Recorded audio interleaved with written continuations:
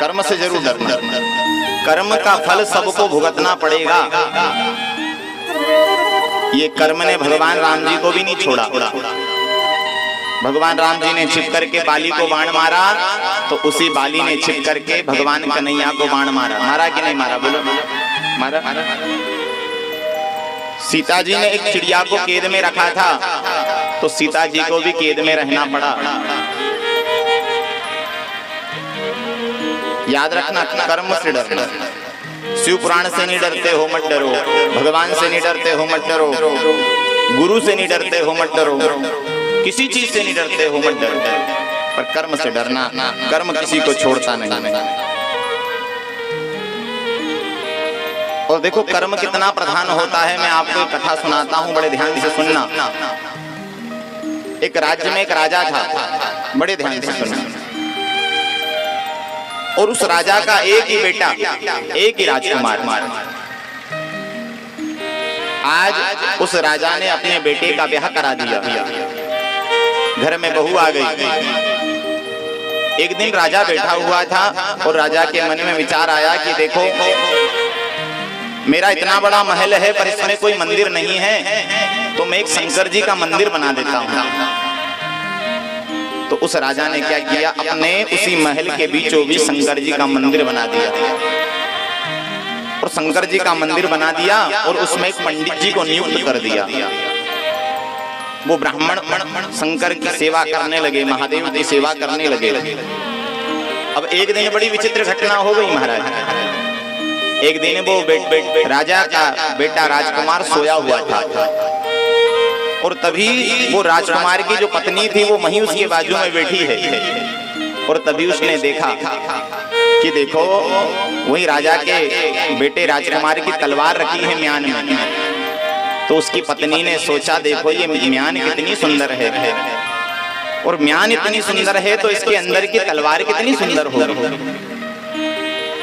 तो वो राजकुमार की पत्नी ने उस म्यान में से तलवार निकाली, और जैसे ही तलवार निकाली, उस तलवार में ऐसा तेज था कि वो तलवार की रोशनी से उस राजकुमार की पत्नी की आंखें बंद हो गई, और वो तलवार उसके हाथ से छूटी, और उसका पति नीचे सोया हुआ था, उसके गले पर जाकर के गिर गई, और उसका पति का प्राणांत हो गया, मारा गया।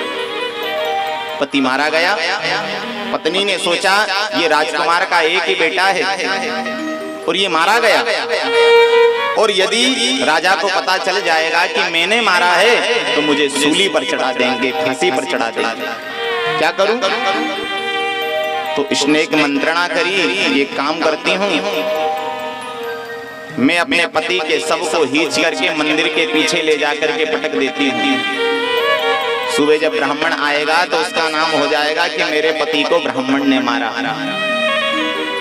इसने रातों रात ले जा करके अपने पति के शव को ले जा करके मंदिर के पीछे पटक दिया। सुबह पंडित जी आए शंकर के पूजन करने के लिए। तभी ये जोर जोर से चिल्लाने लगी, मेरे पति को ब्राह्मण ने मार दिया, मेरे पति को ब्राह्मण ने मार दिया, मेरे पति को ब्राह्मण ने मार दिया। राजा को पता चला, आज राजा आग बबूला हो गया। आज राजा ने उस ब्राह्मण का एक हाथ कटवा दिया। बोले, तूने इसी हाथ से मेरे बेटे को मारा है, तेरा हाथ कटवा दो। ब्राह्मण का हाथ कट गया। जेल में डाल दिया, इसे जेल में डाल दिया। ब्राह्मण को जेल में डाल दिया। 6 महीने बीत गए। ब्राह्मण मन में दुख मनाता है कि मैंने ऐसा कौन सा पाप किया था। मैंने इस जन्म में तो ऐसा कोई पाप नहीं किया जिस पाप के कारण मेरा हाथ कटे। फिर ये कौन से जन्म का पाप है जिसके कारण मेरा हाथ कट गया। सोचता है वो जेल में। आज राजा भी बैठा है, तभी राजा के मन में विचार आया कि देखो, इस ब्राह्मण ने जीवन में कभी एक चींटी नहीं मारी, और ये मेरे बालक को क्यों मारेगा। मेरे बालक से तो इसकी कोई दुश्मनी भी नहीं थी। तो आज उस राजा ने उस ब्राह्मण को छोड़ दिया। वो ब्राह्मण को जैसे ही छोड़ा, वो ब्राह्मण सीधा दौड़ा भागा और अपने गुरु के पास गया, और गुरु के पास जाकर के कहा गुरुजी से, गुरुजी बताओ मैंने ऐसा कौन सा कर्म किया था जिस कर्म के कारण मेरा हाथ कटा है, ये बताओ मुझे। क्योंकि गुरुजी मैंने इस जन्म में तो कोई ऐसा पाप कर्म नहीं किया जिसके कारण मेरा हाथ कटे। फिर बताओ ये कौन से जन्म का पाप है जिसके कारण मेरा हाथ कटा। गुरुजी ने कहा भैया मुझे तो पता नहीं, पर मेरे गुरु काशी में रहते हैं, मणिकर्णिका में, तो वहां चले जाओ, वो त्रिकालदर्शी हैं और वो तुम्हें बता देंगे कि तुम्हारा हाथ क्यों कटा। ये ब्राह्मण सीधा काशी चला गया। काशी जाकर के गुरुजी की कुटिया का गेट खटखटाया। गुरुजी गुरुजी गुरुजी गुरुजी तो थे नहीं और गुरु माता थी। गुरु माता ने गेट खोला, कौन हो, कहां से आए हो? मैं फलानी जगह से आया हूँ, गुरुजी के शिष्य का शिष्य हूँ। क्यों आए हो? बोले मैं गुरुजी से मिलने आया हूँ।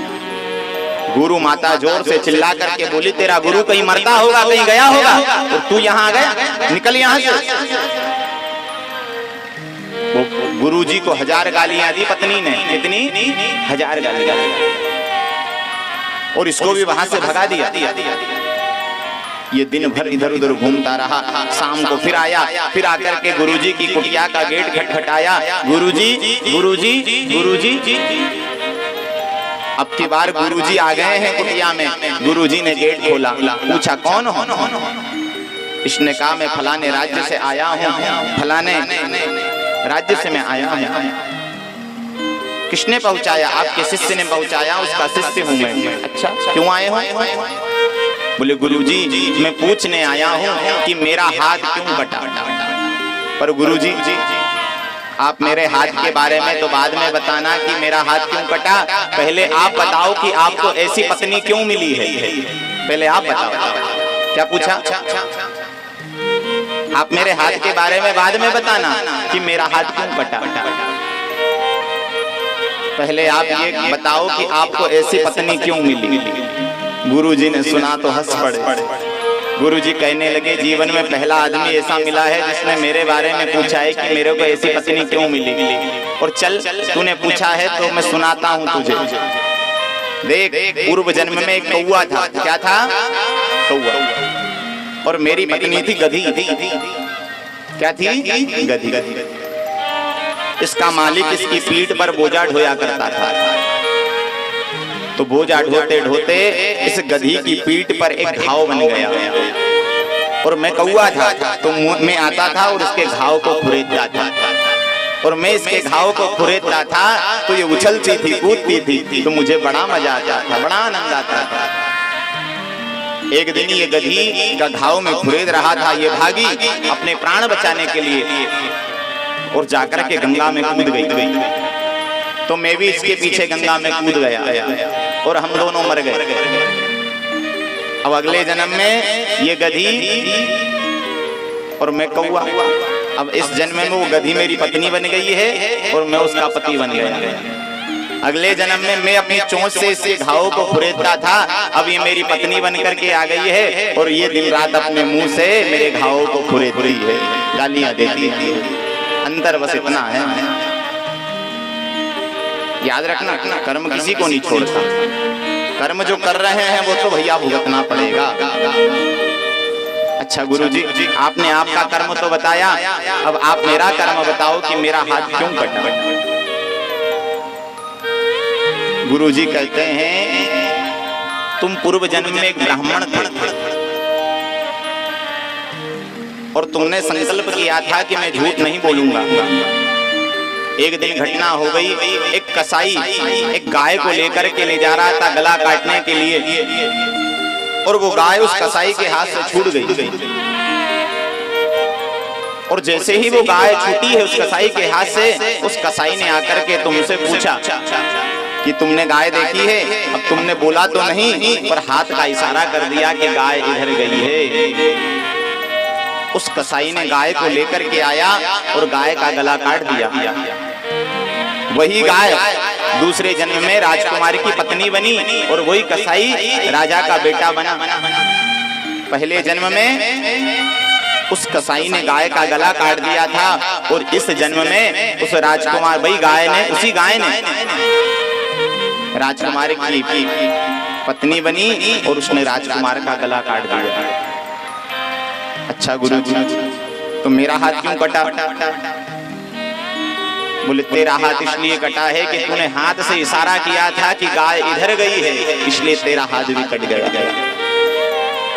याद रखना, कर्म किसी को नहीं छोड़ता।